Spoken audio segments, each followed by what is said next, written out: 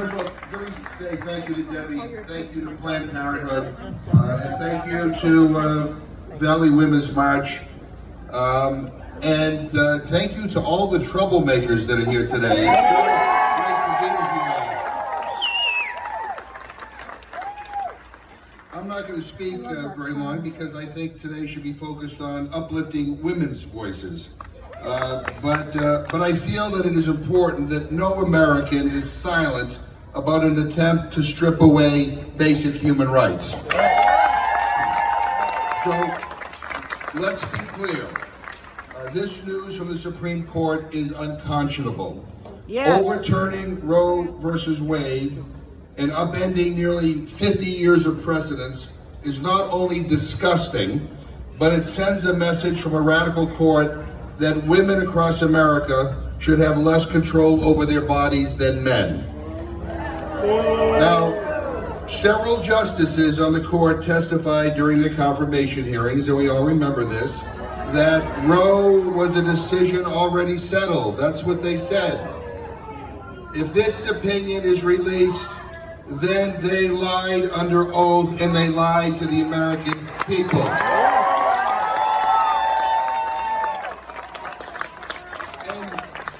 What I have find particularly shocking with this news is the trend of states who want to criminalize doctors and patients who receive abortion care.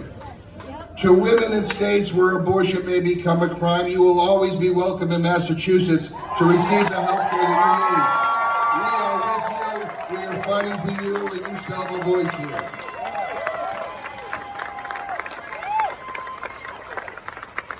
My late friend, John Lewis, used to say that when you see something that is wrong, we have to fight to make it right. We all have to get into good trouble. And that's what this is all about here today. Look, before I'm a member of Congress, I'm a father. And I'm ashamed if we become a country where my daughter may have fewer rights and autonomy over her own body than a previous generation. So we have the power to decide where the future of this country will go. And it can't and it should not be decided by extremists on the court who are disconnected with what most Americans want. But I think that this draft that we have seen released is a warning for the Republican Party that they want to strip away not just abortion rights, but they want to strip away a whole bunch of rights. They want to control what we read in schools, our right to protest, our right to marry who we love, and the right to vote, and we need to put a stop to this now. So this gathering here today is about freedom, it is about protecting a woman's right to health care. It is about making sure that women decide what they want, what is right for them, and not a bunch of predominantly white male politicians in Washington. So it is up to us to fight for our democracy and to protect the rights that we hold dear, because women's rights are human rights, and our human rights should be sacred. Thank you all for being here, and I look forward to making good trouble alongside of you.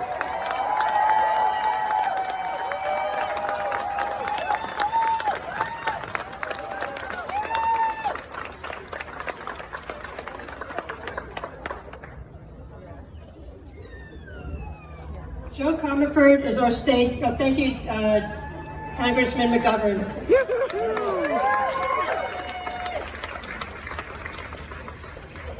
Joe Comerford is our state senator for the Hampshire, Franklin, and Worcester district.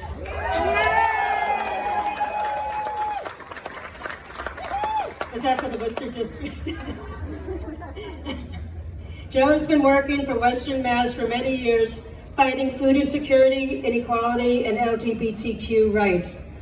We are very lucky to have her as our state senator.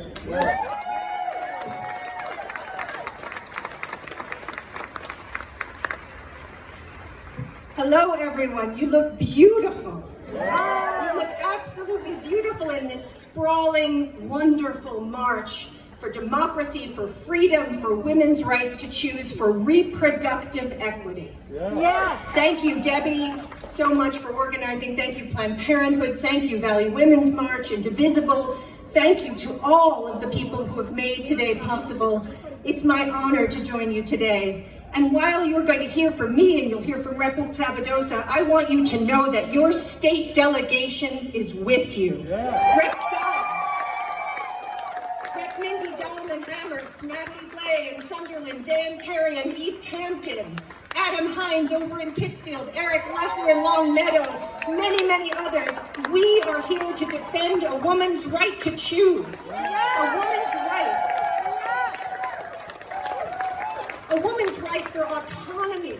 A woman's right to determine the fate of her own body in conversation with a medical provider, not decided by a court. No, not to be overturned and scuttled by a court in a partisan grab. So I am really honored to be here. I'm honored to follow the extraordinary Jim McGovern. Can we have another cheer for Jim? I don't know about you, but I get hope. I get hope when I think that Jim McGovern goes to Washington for us. Jim McGovern is in the halls of the House for us. And he joins a good Massachusetts delegation, and he makes that delegation great because he takes on the hard fights and he speaks truth to power. And yesterday at the UMass graduation, Jim reminded everybody that our power collectively is stronger and more resilient and more lasting than the people power in Washington, D.C. That's why we have to join together in rallies like this and send a message to Washington. So friends, last week, the leaked draft opinion in Dobbs versus Jackson Women's Health Organization showed us that the Supreme Court stands poised to reverse 50 years of precedent and dismantle federal constitutional protections for abortion. But it's important for us to be clear here today that abortion care will remain legal in the state of Massachusetts because in part of our passage of the Roe Act in the Massachusetts legislature. And that is something to cheer for sure. And I'm so grateful to my colleagues who made that happen. And boy, did I love voting yes. But while legality is protected, a right to abortion is a right in name only if too many barriers to access stand in the way and access is not guaranteed. That's why I've been fighting for $2 million in the Massachusetts Senate budget to improve reproductive health care access, infrastructure and security, and to support abortion funds like the one here, the Western Massachusetts Abortion Fund, Abortion Rights Fund. Support the abortion funds necessary to guarantee access to abortion here in the Commonwealth. Now that language in the Senate budget is intentionally open-ended so that these organizations can use the funds in ways that best meet their healthcare needs and their security and their agenda. But there's more money in the Senate budget, which just came out this week. There's money for family planning to support organizations like Tapestry, which is right here, and is a critical piece of this reproductive equity puzzle. But that's not all, right? Because states can do two things well, I think. State governments can do two things well. One, we can draw a line in the sand and we can say, no, not here. Not in Massachusetts will a woman lose a right to choose. And we can pass legislation like the Roe Act, but we have to go further. We have to push out the boundaries and say to the rest of the nation, no, we can do better for our families. And so that's why I'm fighting for two amendments that have been filed, drafted by my incredible colleagues, Senator Cindy Friedman and Senator Cindy Crean. And the language in these amendments might change slightly, but let me tell you about two of them. I'll go very quickly. Amendment number 38, just filed yesterday, to the Senate budget is seeking to protect providers and patients in Massachusetts from legal repercussions in other states where they provide We're going to protect our people seeking health care here and doing the reproductive health care here. If they seek reproductive health care services or gender-affirming health care services in the Commonwealth, we will protect them. And the second amendment that I want to draw your attention to, and this is number 390 to the Senate budget, would essentially create a statewide standing order for emergency contraception and ensure that all insurance would cover the full range of emergency contraception measures. So now, we filed these amendments and we're going to debate them next week, so it's going to be up to you to say money for abortion funds, money for health care and reproductive health care, and let's pass 388 and 390 in the Senate budget, and let's fight for it all the way through conference. Thanks, everybody.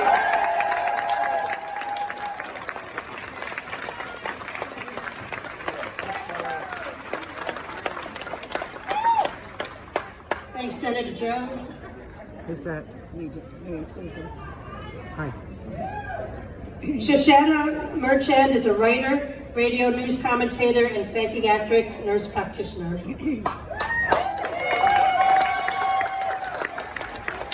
Hello, everyone.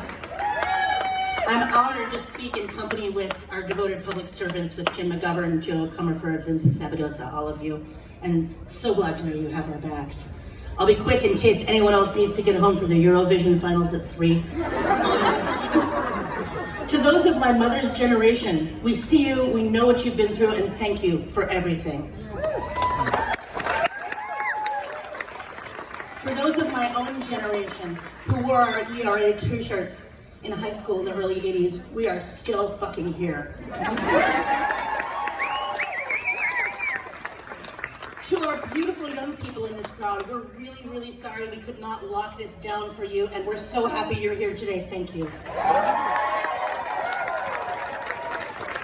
So I'm here because I work in mental health, and every day I talk to people for whom having kids or not having kids is a big deal. I hear from people who've survived assault on their dignity, assault on their bodies, people who've survived intimate partner violence and coercive control. And I talk to people who have important things to do, and who do not want to be pregnant or to have a kid. Maybe not this young, maybe not ever, or maybe not another one right now. We're fighting something big here. We're fighting a national history of chattel slavery, of state-sanctioned violence against Indigenous and immigrant people, and a legacy of frontier violence that's with us today in the fundamentalist desire for control of our bodies and our lives.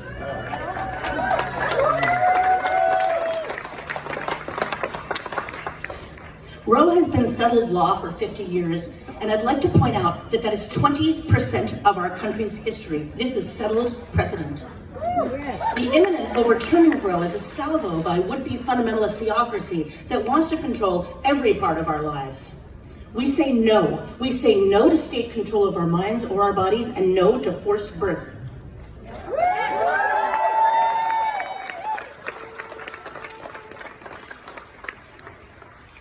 Sorry that I'm not super smiley, I'm just really angry.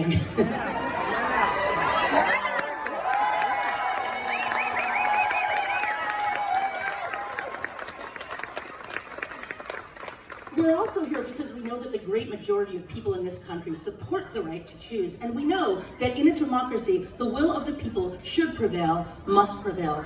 Our democracy, as threatened as it is, that's what our power is, and that's what's worth fighting for.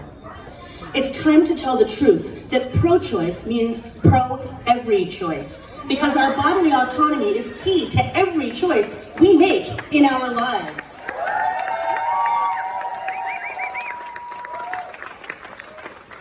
We're ready to give our money, we're ready to give our time, we're ready with our voices, we're ready to shout our abortions, and we're ready to vote our abortions. We are ready to put ourselves on the line, to stand united, and to stand up for each other. And let me tell you right now what they want. They want you to feel alone. They want you to feel frightened. They want you to feel powerless. But they will not win, because we are not alone. And we are not frightened. And we are not powerless. Our anger is our power. Our rage is our power. Our numbers are our power. We have each other, and we will fight this thing together. And friends, we may not get there today and we may not get there tomorrow, but we will get to freedom and we'll do it together. Bands off our bodies, bands off our teenage bodies, bands off our trans bodies, bands off our parenting bodies, bands off all of our bodies. Join me in saying, when we fight, we win. When we fight, we win. When we fight, we win. When we fight, we win. When we fight, we win.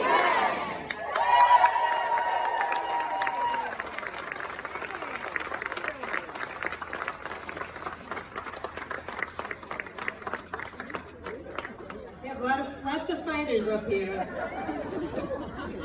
Lindsay Sabadosa, speaking of fighters, is a terrorist activist and co-founder of the Pioneer Valley Women's March. Lindsay has been vocal about women's issues and rights and continues to do so as our state representative.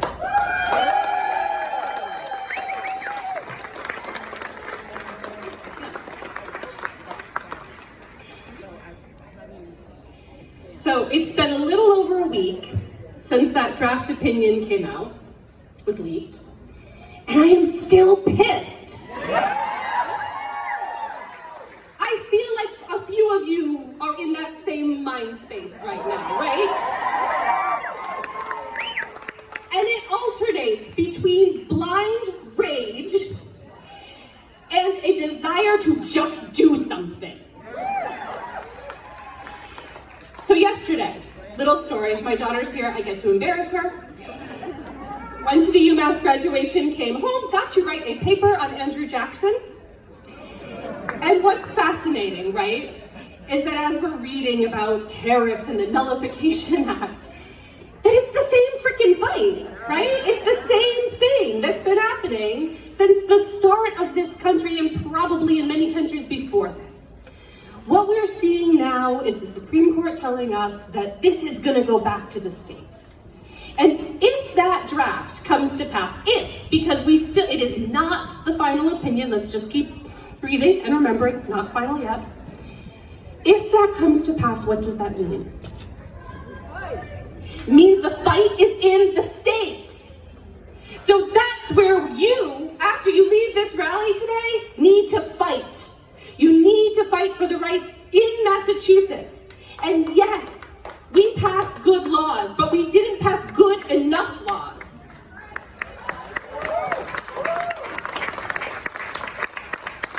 Anyone out there have a phone today? So you're going to go to a website, and it's going to be massbeyondroe.com.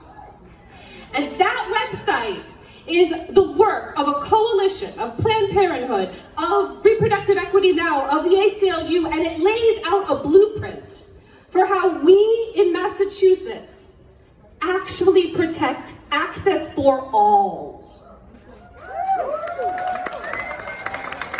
You don't need to apply, just take out your phones, look at the website, make sure you see the website. That's the important part.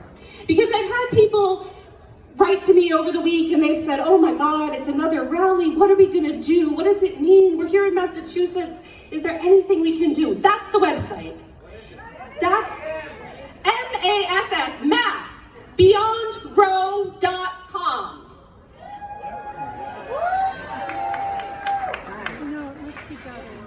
Now, in that blueprint, you are going to find things that Senator Comerford mentioned, right? You're gonna see things about liability. You're going to see things about good bills that we can pass, like my medication abortion on public college campus bill, H2399. And one more call out. This person right here, Sarah Fitz, stand up, Sarah. Sarah is one of our campus organizers in the state of Massachusetts. So you want to get involved, find Sarah. Sarah will tell you how to do that. Because we cannot just be here today holding signs. We cannot just be angry, even though it feels good to be angry, I know. We need to take action. The fight is in the states. But don't forget And I know there is, no offense to our congressman, a lot of disenchantment right now on the federal level where I hear people saying, oh my God, if we can't pass protections for abortion, maybe we don't vote, maybe we give up. Don't give up. Because I promise they will pass a federal ban on abortion before you can blink, and that is why we can't give up. We cannot let them win. We cannot let them take away our right to our own bodies, to our children's bodies. We owe it to everyone to keep up the fight.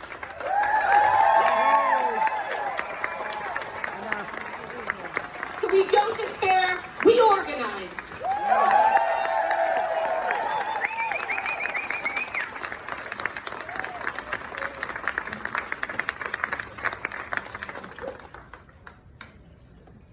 Thank you, Lindsay. Well, this is one person that could follow that talk from me. Tanisha Arena is the Executive Director at Arise for Social Justice and is a published author.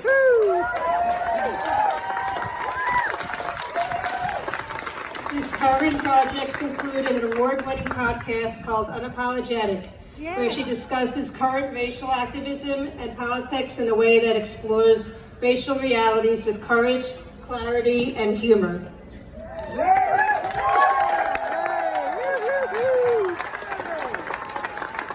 think that means I'm supposed to be funny while we talk about some of these really hard things. I'm Tanisha Arena, and you're listening to Unapologetic. So, this is what an angry black woman looks like.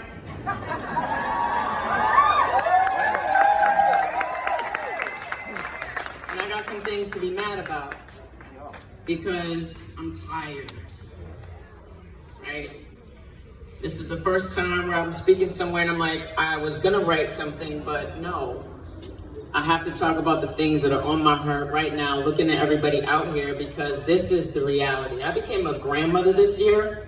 And my granddaughter is the firstborn daughter, 4th generation, because my mother's alive and I'm her firstborn. I'm a girl and my daughter, girl, here we go. And I'm like, see, she shouldn't have to deal with the things that her great grandmother had to deal with, and I have an issue with that as her grandmother because she deserves better and we all deserve better.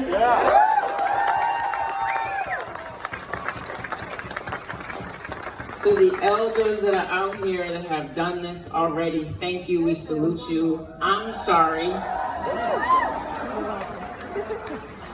But we also have to name that the U.S. is not new to this. They are indeed true to this, and that's why history matters, because past is present, because we did this before, a few times, right? And I also want you to understand, to Lindsay Sabrosa's point, why you need to get out and vote, because elections have consequences. We are feeling them consequences right now. You need to understand the playbook. There's something important that I want you to remember and hold at all times. The founding fathers, the framers, whatever you want to call them, decided that political power and wealth would be distributed based on total population count. That means this is a numbers game. Controlling our reproductive rights is about population. I need these numbers. I need white babies to be born. Just cut to the chase, right? At the root of all these issues that we have is about supremacy, domination. That's what it is. I need to control what you do, when you do it, how, and everything else. That's why women that look like me force sterilization and everything else, because again, it's a numbers game. When you breed people, see, it says breeding stock, not humans, vote them out.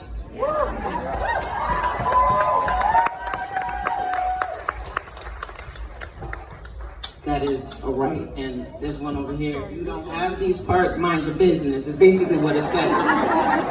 But if you are a male-bodied human, I need you to stand up and say something, because this is also your fight too, because the reality again, 100% of unwanted pregnancies are caused by men.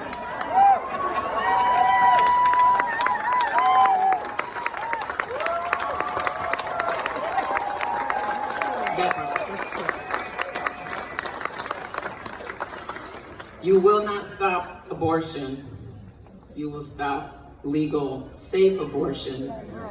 But the women gonna do what the women have always done to support each other. And there's also an important distinction that I want to talk about. Maybe this is that sore spot because we're in Northampton, white women.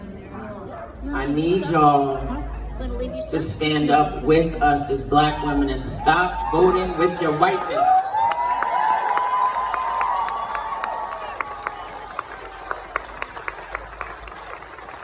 Because the fact of the matter is, going back to the framework of this country, if you are not a cisgendered, heterosexual, rich, white man, this is not for you. It was not designed for you. It wasn't designed for me. It was not designed if you are differently abled. It was not designed if you were a woman. However we choose to define that. If you are a black trans woman, this definitely is not for you. But we need to stand up for everyone. You're right. Everyone.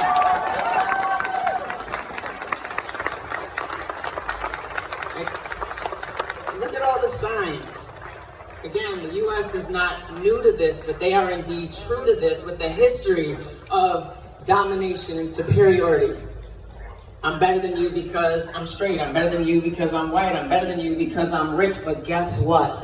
If you don't fit into the definition originally, this is not for you, and everybody gets a turn. Now they're coming for reproductive rights. But last week it was like voting rights, and next week it's going to be something else, and the gas prices are through the roof, and that's translated to what's happening at the grocery store, and they still don't have clean water in Flint, but this is what you got time to do?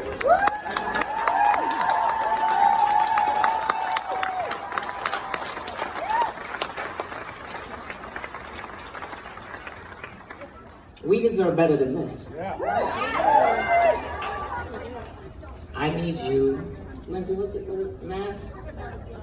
massbeyondroad.com, because even though we live in progressive Massachusetts, just because we're okay over here, if somebody is not okay in the next state, we're not okay. And it doesn't sit well with me that we're here in cozy progressive Massachusetts, like, oh, but we're fine, but the rest of the country is on fire. We're all on fire.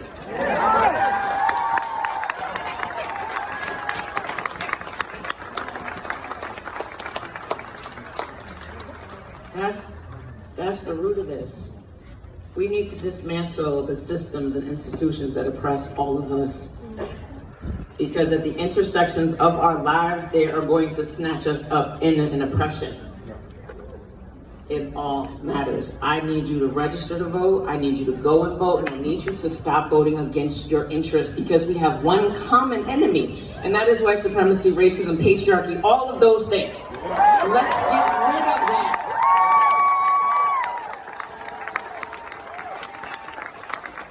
Put your money where your values are, because that's what we also do in this country. We fund the things that matter and defund the things that don't. Again, we're not new to this. We're true to this as a country, but how do we start something different? How do we build back better? How do we build a society that is not rooted in abusive values and domination, but one with values of equity and respect, where everybody gets what they need?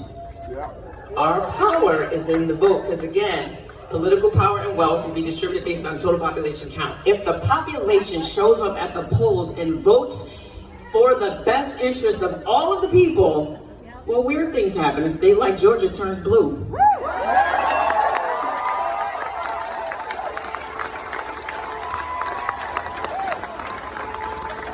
So that's what I need you to do. That's how I need you to show up in solidarity with a woman that looks like me, who navigates this space in this body all the time, that is always under attack.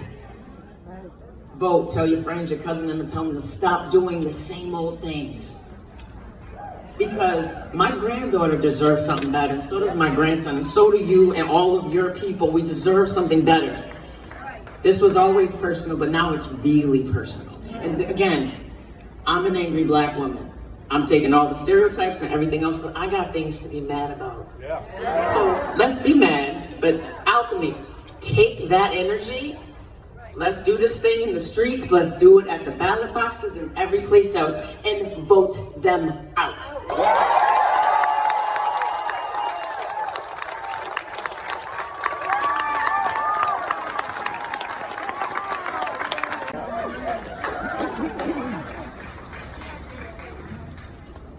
Cheryl Zoll has been CEO of Tapestry since 2014. They have a table over there too if you want to go check it out. She previously served as Executive Director of the Amherst Survival Center and as Site Director for the Literacy Project's Orange Mass programs.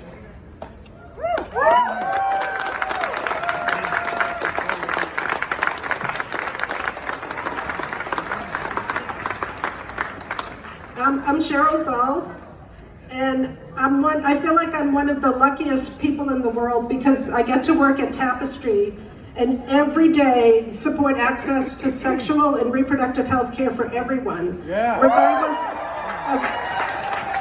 regardless of age, race, gender, sexual orientation, or income, or even if you don't have insurance. Tapestry believes in access without stigma, and in the United States in 2022, this is a radical concept. You might know that in 1966, Massachusetts was the last state in the country to make birth control legal for married women. So it's amazing to be able to stand here in 2022 and say that Massachusetts is now a national reproductive rights leader. For this transformation, we're indebted to all the folks in Massachusetts, I'm sure a lot of you and across the country, who mobilized and took risks in the face of stigma and judgment to secure our rights.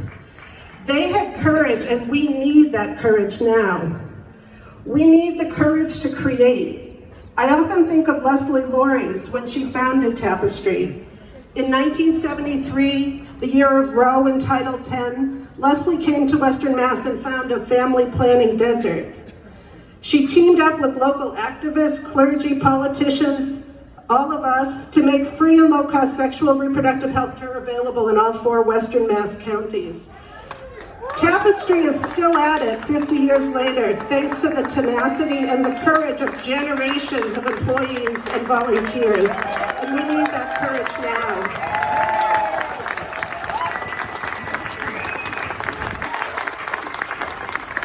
We also need the courage to challenge the status quo. Building on a revolution started at the first National Conference on Black Women's Health in 1983, Loretta Ross and the Sister Song Collective, seeing that the reproductive rights movement did not fully represent the needs of communities of color, expanded the movement to tackle not just abortion, but the systems of racism and oppression that create deadly inequities. They had courage, and we need that courage now.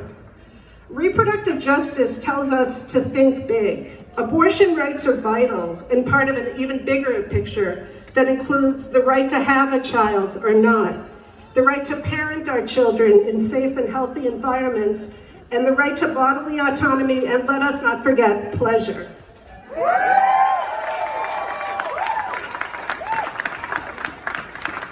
As the SCOTUS League made clear, forces are closing in on all of these. They're coming for abortion rights, for contraception, for our freedom to control our own bodies, to marry who we like, and to live the life we choose. We need courage, and I know we have it right here in Northampton and right now. I see it in Tapestry staff in the trenches every day, providing high-quality care, a full range of contraceptives, and expert counseling on reproductive choices. I see it in the Abortion Rights Fund of Western Mass, making heroic efforts to expand and retool to meet the challenges of a post-Roe world. I see it in our amazing legislators and representatives who stood up to protect abortion and contraception with the Roe Act and with new funding, making Massachusetts a haven for access in a divided country. I see it in every person who seeks the health care that they deserve. And I see it here today in your faces, in your voices, and in your hearts. We have the courage. Don't let up. Thank you. Rights in Latin America. She is the author of Fighting for Abortion Rights in Latin America, Social Movements, State Allies, and Institutions. Hello everybody, thank you for being here. This is so empowering. I'm Cora. I teach at Monholyoc. I'm from Argentina, and I'm really here just to bring a message from the Latin American feminists. I don't know if you've heard, but there's a big feminist revolution happening in the South here. I don't know if you've seen this. Green is the color of the abortion rights movements in Latin America. So, I'm really encouraging you to bring the green wave to the US because we need it. We really need it. So their message is don't give up. They've been fighting for many, many decades. We've been fighting for many, many decades. And 10 years ago, abortion was legal only in Cuba. Now we have Uruguay, we have Mexico City and 7 Mexican states. Now we have legal abortion in Argentina, my country. We just got legal abortion in Colombia until 24 weeks. And Chile is close to having the right to interrupt a pregnancy written into the new constitution. So this would be the first one in the Americas. So a lot to look at Latin America, a lot to learn. What have we been doing, in the 7 countries that we can learn now. In the past, many of the Latin American feminists were inspired by what was happening here in the US. So now I think it's time to come full circle, look out and see, how have they done it? In a very historically restrictive and conservative religious region, there's a shift, there's a cultural shift, there's a feminist revolution happening. So we can take some lessons from there. What have they been doing? Obviously fighting for legalizing abortion, but also they just have been involved in a lot of direct action, things that we will need and we are needing right now. Learn to do self-managed abortions, give the accurate information, fund hotlines, create collectives of abortion doulas, to be there for all of us, and do what Latin American feminists defines as feminist abortions. They are abortions that are respected, that are non-judgmental, that they're with care, supporting each other, and that they're empowering, because this is a decision that can change your life, to take your life in your own hands and move ahead and decide what you want to do.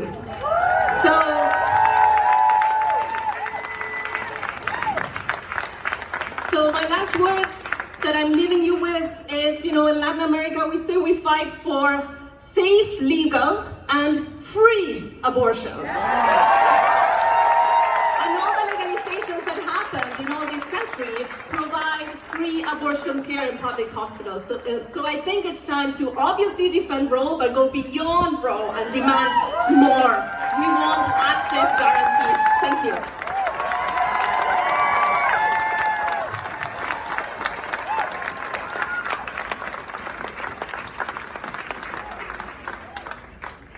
Thank you, Cora.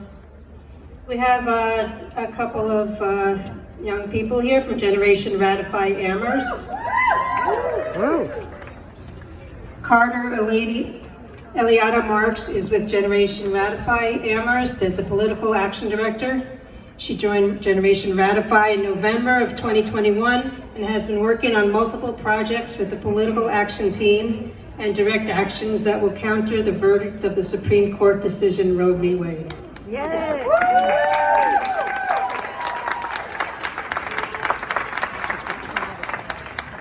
Marisol Pierce Bonifaz is a 15-year-old activist and feminist, founding the local chapter of Generation Ratify in May of 2020, called Generation Ratify Amherst. The group has organized 2 banner drops with local elected officials. We have interviewed actress Alyssa Milano, organized a panel, yoga class, rally, a lobbying campaign, and educational campaigns on gender equality. Generation Ratify Amherst is currently organizing a flash mob in response to the permanent decision on Roe v. Wade at a community art and debrief event.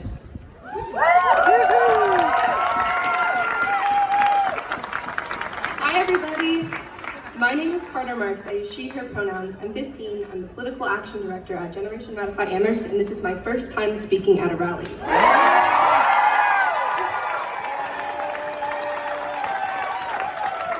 I'm here today to fight for the bare minimum right that people with uteruses are fighting.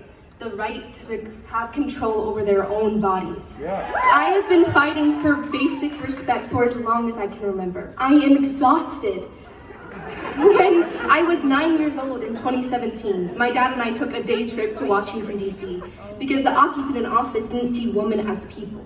At that moment, I knew that I, a 9-year-old girl, was going to have to fight for most of my life to be respected in my identity. I am here today because 7 months ago, I watched the co-chapter lead to Generation Ratify Amherst, Marisol, and Eddie speak about exactly what we are here for today. Their speeches were so powerful that I wanted to be the one up there, making change the only way I know how to, educating myself and fighting back with what I have learned. As most of us know, there was a draft opinion leaked of the Dobbs v. Jackson Women's Health Organization case that shows that the majority of justices want to overturn the precedent set forth by Roe v. Wade and make it a state-by-state issue. This case is not just a woman's issue, it's an issue for everybody that is able to be pregnant. Not all women have uteruses, and not everybody that has a uterus is a woman. This affects more than half of our population. As a 9th grader, I am in health class right now, where we learn about substance abuse, our bodies, as well as our reproductive systems. When it got to the topic of what to do when you are pregnant, my health teacher said that there are 3 options. You keep the baby, adoption, or termination. He also said that because of some people's opinions, they only have 2 options.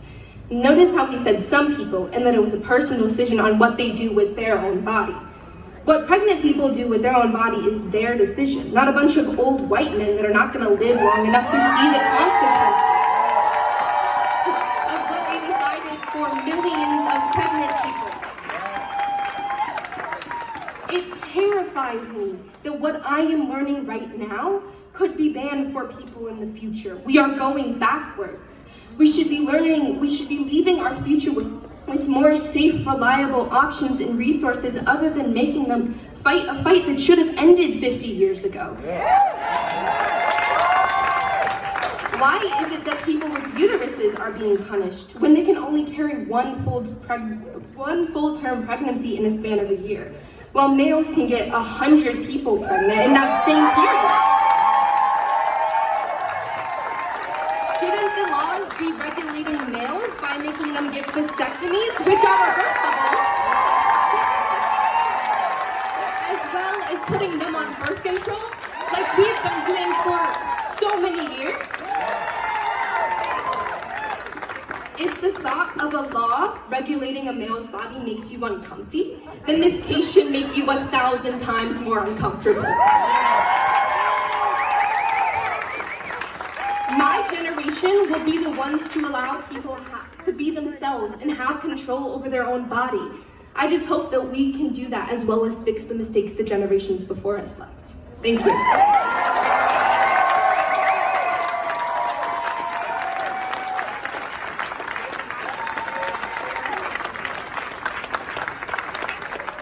Let's give it to Carter, y'all.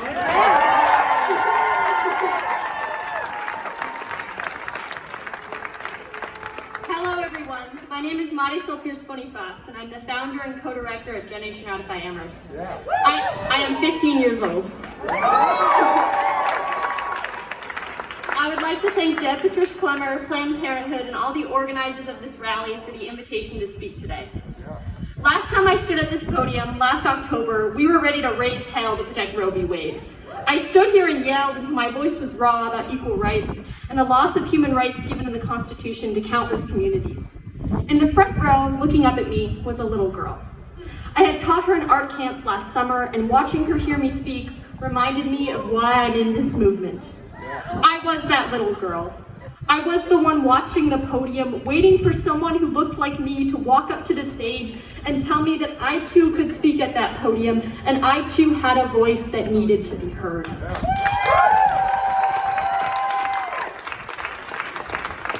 I stand on this podium and tell every little girl in the crowd today that she can stand on this stage. She can raise her voice and she can fight for what's right with her eyes blazing. And as much as that empowers me, I do not want to have to tell another little girl that she will have to fight in this world to be treated equally.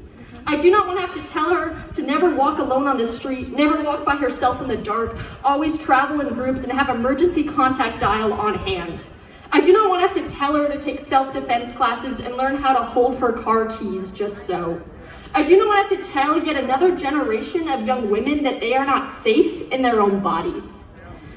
My mother stood at the kitchen sink just days ago, tears running down her face as she apologized for not leaving me a better world. We will not travel back in time. We will not take 5 steps backward for every 1 step forward. I do not want to have to tell my children and my grandchildren that I had spent my entire childhood on podiums and yelling into megaphones simply to be oppressed and no action taken.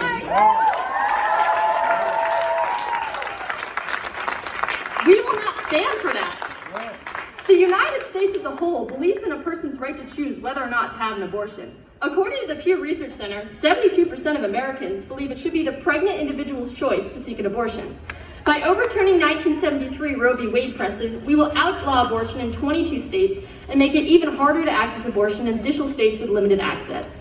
Only 16 states in the United States have no limitations on access to abortion.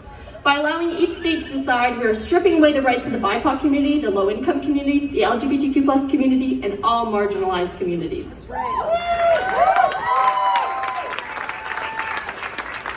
The right to an abortion is not only a right of privacy protected by the 9th Amendment, but is a fundamental human right to uphold under the 14th Amendment. In the draft opinion leaked to Politico on May 2nd, Alito references 13th century law on punishments after the quickening of a fetus. Let's walk that back for a second. In the highest judicial court in the land, under a life-appointed judge, there was a reference of a law in the 13th century in England. 13th century England women could not vote, the majority of the population could not read or write, and England was in a period of the Dark Ages. The protection Alito claims exists for overturning Roe v. Wade and Planned Parenthood v. Casey is cases and legal precedents set thousands of years ago. And it's important to note this. The ones making decisions on how my generation makes decisions on our own bodies are cisgender white males who will never have to experience pregnancy or accidental pregnancy in their life. The closed-door decisions on reproductive rights in America are being made by those who will never have to take a pregnancy test in fear and will never understand what it is like to be stripped of control over your own body. We will not stand for this. We will not watch our rights be thrown away by a Supreme Court that has never had to experience the injustice young women like me will have to feel for every day for the rest of our lives. And I'm sorry, I cannot stand here and be polite and ladylike about this anymore. I am standing here pissed as hell so I can tell future generations that we did not give in. Generations of reproductive rights activists, they are strong, we are resilient, and all of their generations run through our blood and our words and our shouts, and we will not back down.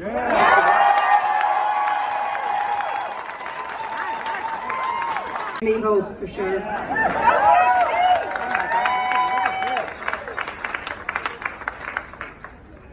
Lyrical Faith is a Black American educator, activist, and spoken word poet from the Bronx, New York. Bronx.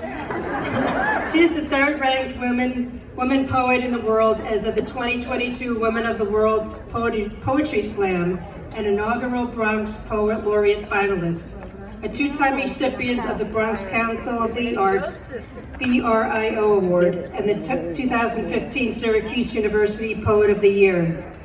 She is a graduate of the Public Relations Program at Syracuse University, a master's degree recipient of the Higher Education and Student Affairs Program at NYU, and a current social justice education doctoral student at UMass Amherst, studying the intersections of art and activism. Through her poetry, Lyrical Faith strives to inspire, educate, and advocate for intersectional and institutional issues by merging the arts and activism from a faith-based worldview.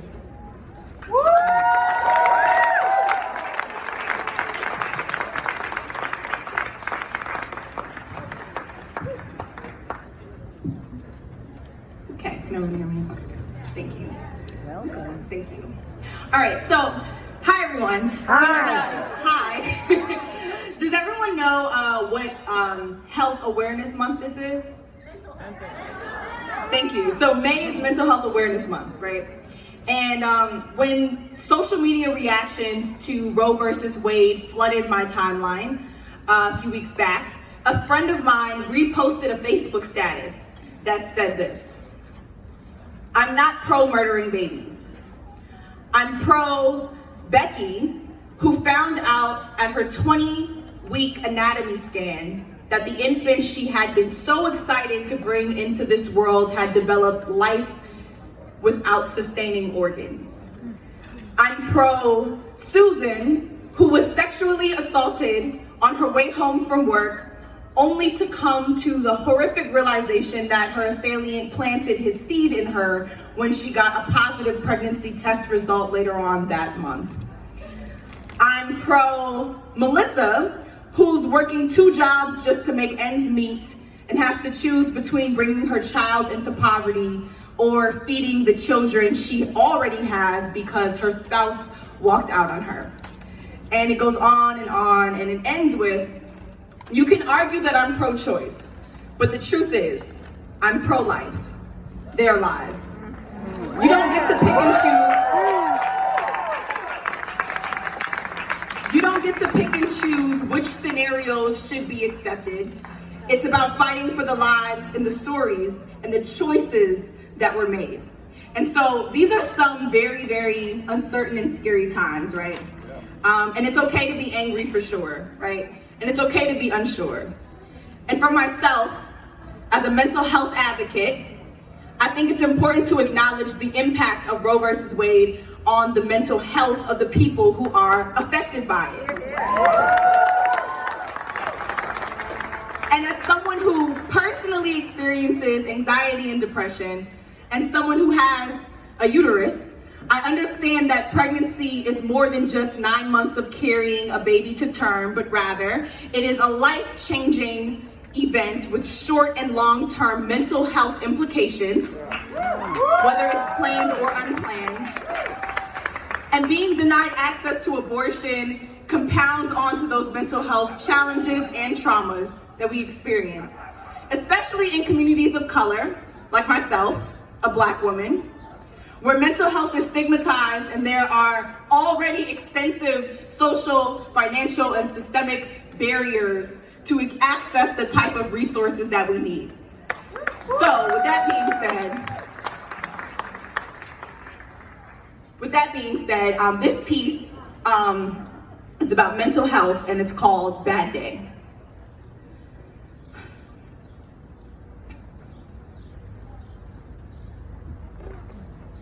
So what if I told you nobody cares if you're having a bad day? Like, there are no adult playpens with serotonin boosters to take your break in. No off button to press when you are at your desk getting hit with assignments and begin spiraling. Your boss is not doing mental health check-ins when you clock in. The reality is depression be the leading cause of disability worldwide. It seeps through minds like wet bodies lost at sea on days where high-functioning anxiety makes coming up for air look easy. And here, you'll find me getting washed up on the tide, getting drifted by after the show, making flood of my schedule with nothing to pour into. High-functioning anxiety is looking like you have a floaty in the big pool while everyone swims by, not realizing you are about to drown where I'm from.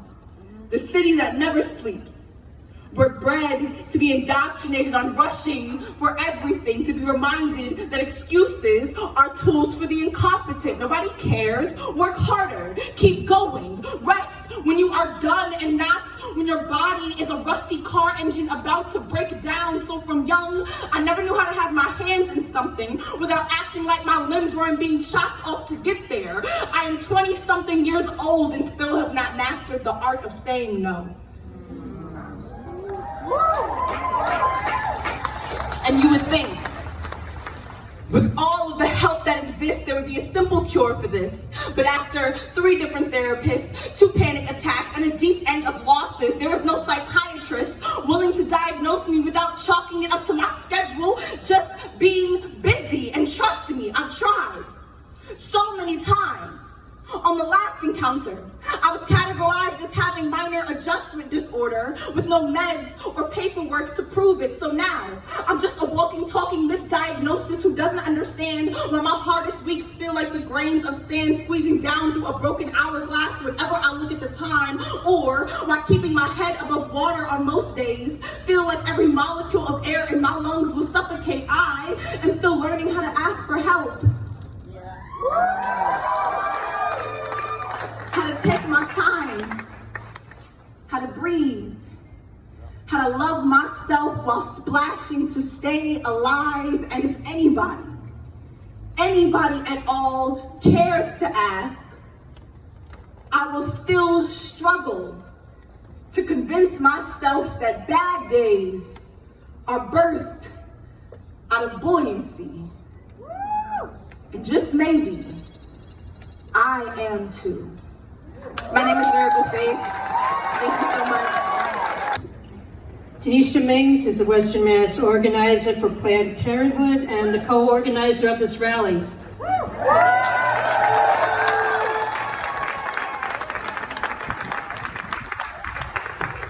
Thank you. Debbie has been such a wonderful working and thought partner during this process. Let's give another round of applause to Lyrical Faith. This truly is a time for us to take care of ourselves so that we are able to take care of each other. My name is Tanisha Mings, and I am the Western Mass organizer at Planned Parenthood Advocacy Fund. I am incredibly honored to be surrounded by fellow activists and also local elected officials that we have chosen to represent us in our communities. I am even more amazed to look out into this crowd and see each and every one of you.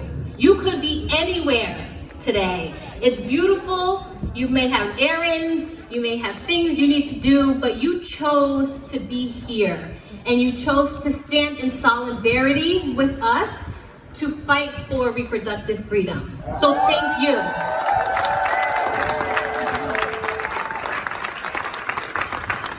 Many of you joined this fight long before Roe v. Wade. Many of you joined this fight when Trump was elected president and Kavanaugh was appointed to the Supreme Court, right? Many of you joined this fight last week when you heard about the leaked SCOTUS opinion. I've been working for Planned Parenthood for almost a year now. And what has really inspired me the most is your commitment. Not only to your own individual interests, but to health equity and access to care. And that no matter how uncertain things have been, you have always been ready to stand with us and to advocate on your streets and in your communities, and that means everything. That honestly lets me know that the work that we're doing is the right thing to do.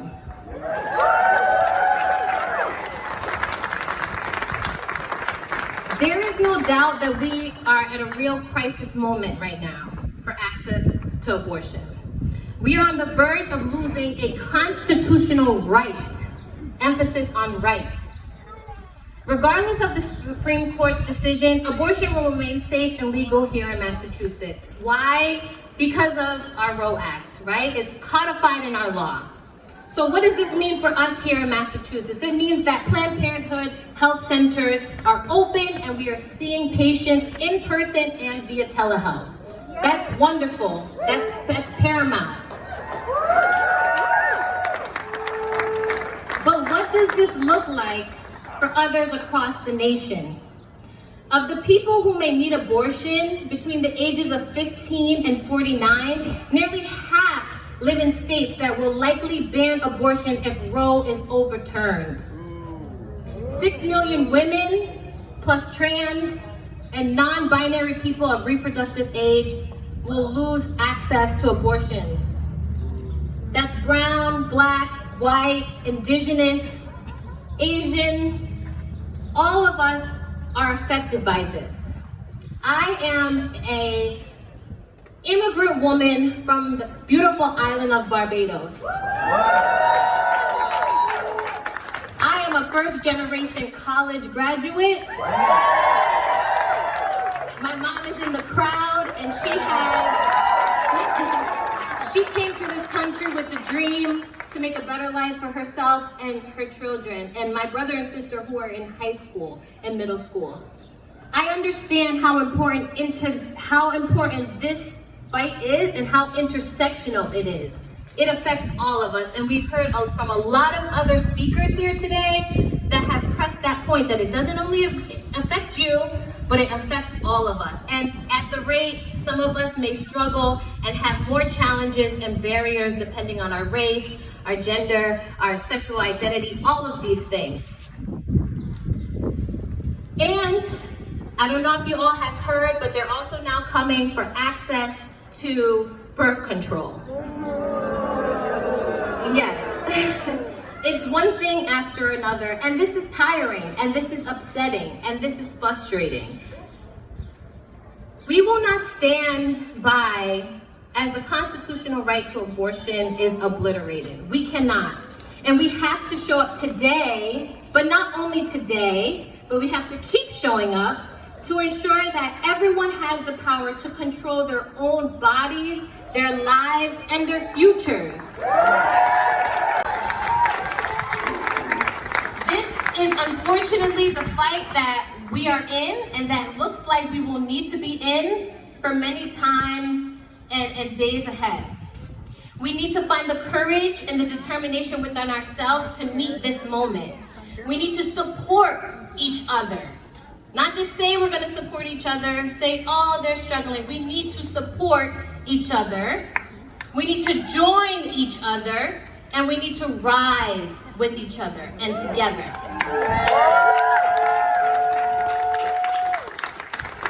We at Planned Parenthood Advocacy Fund, we need you with us, not only here in marches, but by organizing with us for better policies, for better access, and for better education here and across the country. Author of Ashes to Ashes and a community activist.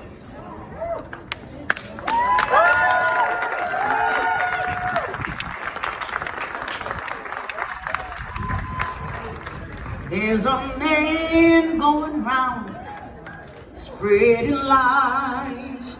There's a man going round spreading lies. You know the rest.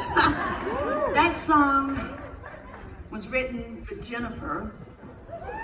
I guess about 4 or 5 years ago, I thought I wouldn't have to sing that song anymore. But there's a man going round still spreading lies. There's a man going round still spreading lies. And the question is, what you gonna do about it?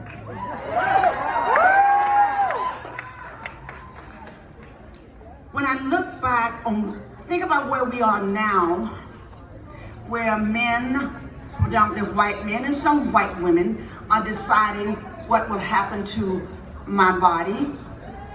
That happened to my ancestors who came here as slaves. That's right.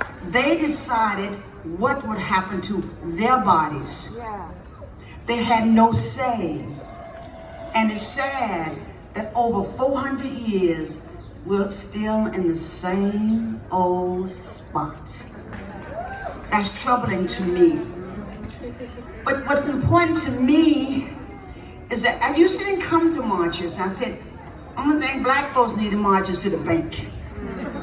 because there's power and money. But I find that it's a place to realize that you're not standing alone. So I've come, but I hope that when you leave with a plan. You leave with what you're gonna do.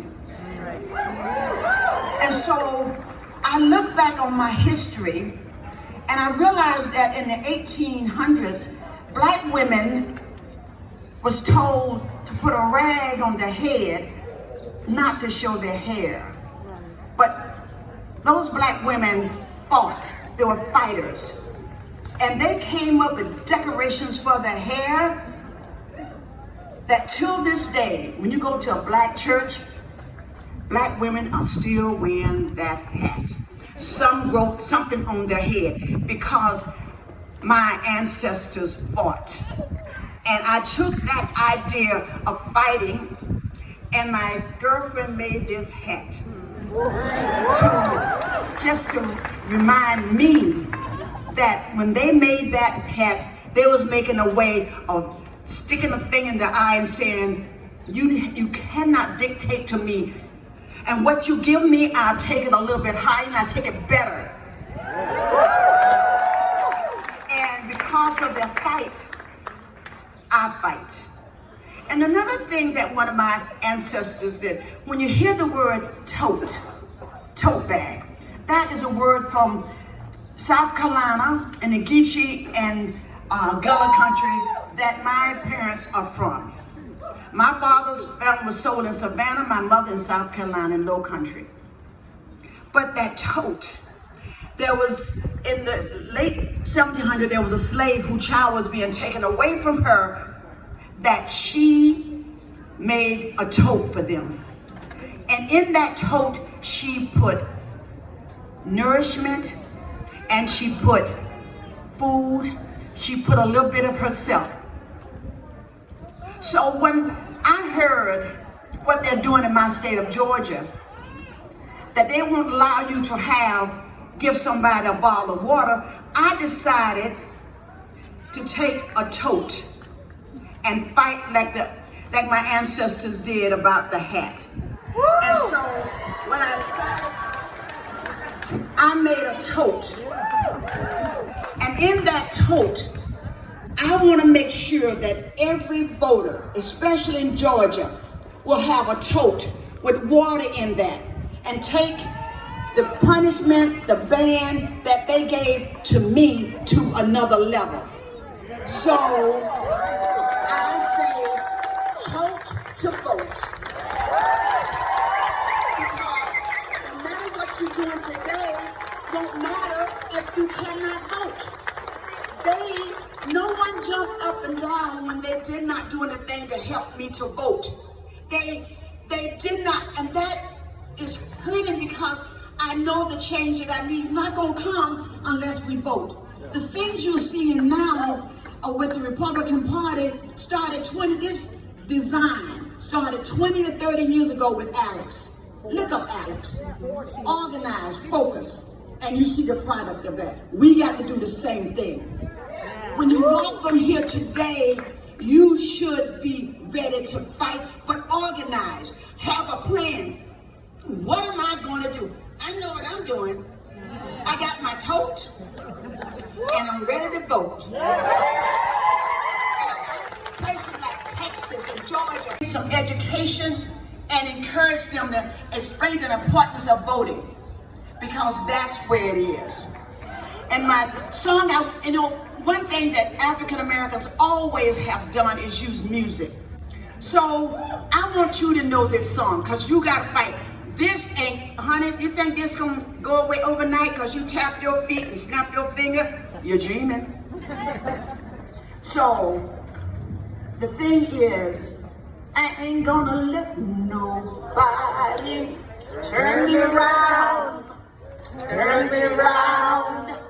Turn me around, ain't gonna let nobody turn me around. Gonna keep on marching, keep on fighting, keep on shouting until my vote is free.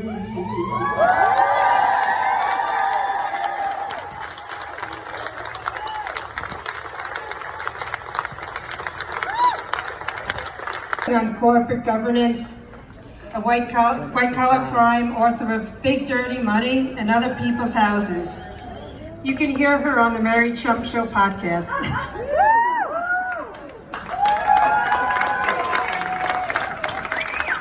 Thank you, Debbie, and thank you to my dear friend, Dr. Shirley Jackson Whitaker. Another round of applause for her singing and her ideas.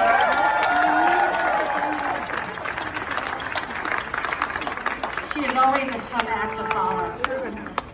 So you all have seen me before, and I usually come out here and talk about corruption and money, big dirty money, in fact, everything from toxic mortgage meltdowns and corporate con artists to tax evasion schemes. So why am I up here today to talk about abortion rights, specifically the leaked Supreme Court decision to overturn Roe v. Wade, claiming it was wrongly decided, an opinion that concludes it's perfectly fine to leave our reproductive rights and privacy and freedom at the mercy of the states? Why am I qualified to talk about that? Because I know a con job when I see one. I recognize fraud and lies, and as the congressman said, perjury, when I hear it and when I see it. We are being fed lies, and we need to be careful of the deception to come. Let me be as clear as possible. The only reason we are here today facing this unbelievable threat to our freedom and bodily autonomy and so much more as this court rolls forward is because of misleading testimony under oath by the Donald Trump appointees, Neil Gorsuch, Brett Kavanaugh, and Amy Coney Barrett. And because of the desire for them and for Samuel Alito and Clarence Thomas to impose their own religious and political beliefs on the rest of us. Now listen, I went to law school, so I know what they teach us, how to, technically say the truth when, maybe it's not accurate. But let's face it, I also teach securities regulation, and a material omission is just as much of a lie as a false statement. So here's an example. Because, sometimes you don't want to get into like the numbers and the nitty-gritty. Let's just talk about something we can all relate to. If a coworker asked me whether I ate their slice of chocolate cake that was on the counter in the company kitchen, and I said, no, I didn't, I could claim that that was technically correct because I first put it in the fridge and then took it out later and ate it. But it's still a lie. I ate her slice of cake, period. I know what she was asking, and when those nominees were sitting before the Senate Judiciary Committee, sworn in, they knew damn well what they were being asked, and they lied. Are we supposed to believe that when they testified under oath, they were truthful? That Roe was settled law? Then suddenly they just came to the conclusion, like this February, oh no? What? Did Alito change his mind while he was shaving one morning and then just, jotted down 98 pages of an opinion? I don't think so. We are supposed to believe that there is no right to privacy in the Constitution simply because the specific words are not printed in black and white, but decision after decision has come down finding rights that are not explicitly stated in the Constitution. We are also supposed to pretend the court is not another political branch? Come on. If I had an hour, I could break it all down piece by piece, but I have 3 minutes and I've used up half of that already. So I'm going to wrap this up by focusing on the fraud we need to look out for now when it comes to the legislation to codify Roe. be very, very careful. Joe Manchin, Lisa Murkowski, and Susan Collins claim that they oppose the Women's Health Protection Act, the one that was just before the Senate. They claim they oppose it because they say it goes beyond Roe and Casey. And so they have their own bill, but they are being very, very misleading. They ate that slice of cake, people. And let me explain. I can see it, that's right. The Dems law, the law I just mentioned, is a good one. It's designed to roll back the TRAP laws the states put in place after Casey. TRAP stands for Targeted Regulation of Abortion Providers. These are the state laws, there are hundreds of them, that single out abortion providers for unnecessary requirements, like costly building requirements, location and reporting requirements. And what the Dems law would do would also help codify an important decision, Whole Women's Health versus Hellerstedt. That was a 2016 decision that struck down the Texas TRAP law, the one that, do you remember Wendy Davis, who stood up in her tennis shoes, right? No, did she have tennis shoes or was she, tennis shoes, right, sneakers. For the filibuster, right, to oppose it. It passed in Texas, but the Supreme Court stuck down two provisions of that. One required abortion providers to have admitting privileges at hospitals, and the other that clinics had to meet ambulatory surgical center standards. The Supreme Court said that went too far. That was a 5-3 decision. The problem is that goes away with this draft decision. Okay, so what the Democrats are smart in doing is the legislation the Dems have put forward, the one that Manchin refused to sign on to, right? The one that, you know what I'm talking about, the good law, is trying to deal with that. Because here's the problem. If we don't pass a law that deals with all those TRAP regulations, and if Collins and McCarthy and Manchin get this so-called bipartisan bill forward, we will be subject to a con job. Their law would allow states to put so many hurdles in front of providers and abortion seekers that it would shut down the clinics in all the states anyway. So again, they are lying. The devil is in the details. If you have any questions about legislation, you know who to ask. Our delegation here, we've heard them. We know we can speak to Joe Comerford, Lindsay Sabadosa, and Jim McGovern. Like I said, look out. We have a lot to watch out for. I know a con job when I see one.